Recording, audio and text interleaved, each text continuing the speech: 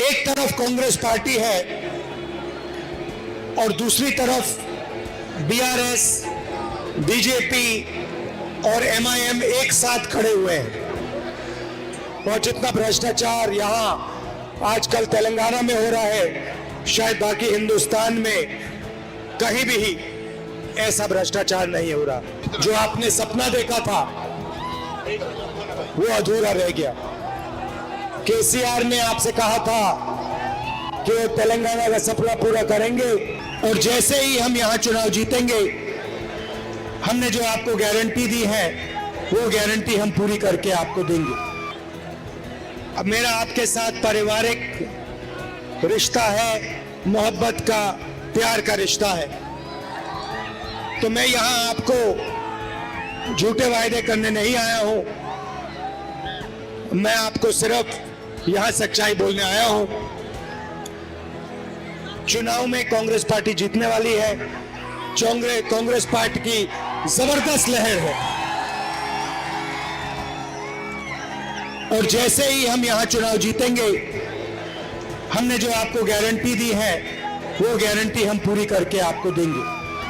पहली गारंटी महिलाओं के लिए, महालक्ष्मी 2500 रुपए महिलाओं के बैंक अकाउंट में हर महीने, 500 रुपए का सिलेंडर और मुफ्त में महिलाओं के लिए बस के टिकट। किसानों के लिए 15,000 रुपए प्रति एकड़ और मजदूरों के लिए 12,000 रुपए प्रति एकड़। इंदिरा अम्मा इंडलू स्कीम 5 लाख रुपए गरीबों के घर बनाने के लिए मदद।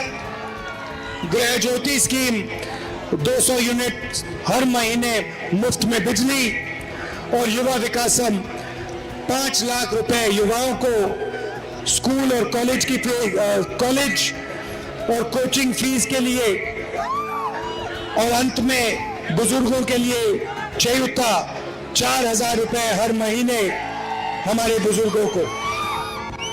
भाइयों और बहनों, एक बहुत जरूरी बात है, शायद सबसे जरूरी बात। देखिए, एक तरफ कांग्रेस पार्टी है और दूसरी तरफ बीआरएस, बीजेपी और एमआईएम एक साथ खड़े हुए हैं। ये एक दूसरे की मदद करते हैं।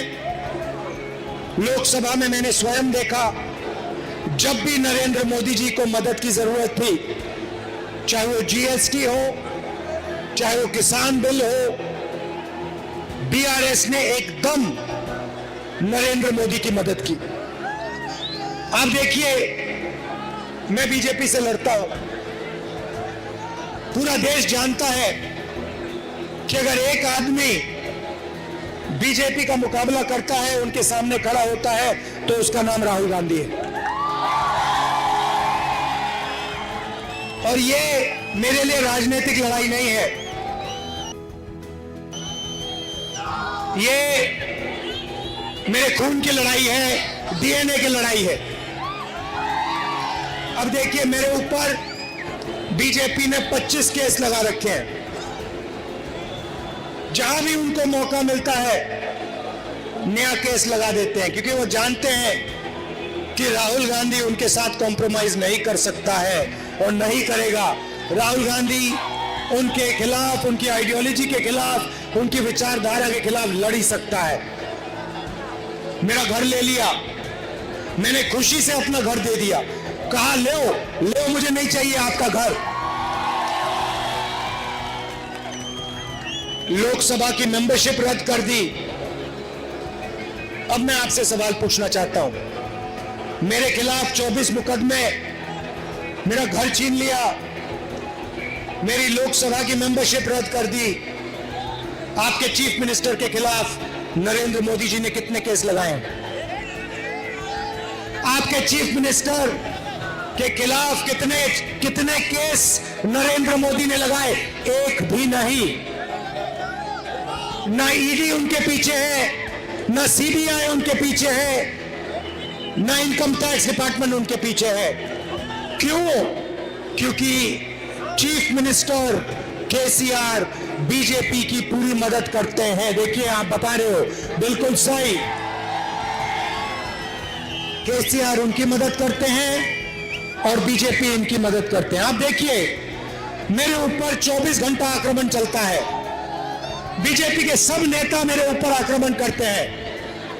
मैं सुबह उठता हूं, अगर सारे के सारे बीजेपी के नेता मेरे ऊपर आक्रमण नहीं करते तो मुझे मजा नहीं आता, मुझे अच्छा नहीं लगता। मैं कहता हूं आज कुछ कमी रह गई, थोड़ा और जोर से मुझे बोलना चाहिए। मगर केसीआर पे, उनके परिवार पे बीजेपी का कोई नेता आक्रमण नहीं करता, कोई केस नहीं, कोई ईडी नहीं, कोई इनकम टैक्स नहीं, मिले हुए हैं दोनों। दूसरी तरफ एमआईएम है। आप पता लगाइए, जहां भी कांग्रेस पार्टी बीजेपी से लड़ती है, चाहे वो आसाम हो, महाराष्ट्र हो, राजस्थान हो, वहां पे बीजेपी की मदद करने के लिए एमआईएम के लोग हर कंस्टिट्यूएंसी में अपने नेता खड़े कर देते, अपने कैंडिडेट खड़े कर देते। भाई और बहनों, दिल्ली में बीजेपी को हराना है, तेलंगाना में बीआरएस को हराना है। ये तीनों एक साथ मिले हुए हैं, भूलिए मत। कांग्रेस पार्टी को पूरा समर्थन दीजिए। यहां पे लहर आ रही है, जैसे सुनामी आती है वैसे सुनामी कांग्रेस पार्टी की आने वाली है, और पहले यहां आएगी और फिर दिल्ली में आएगी।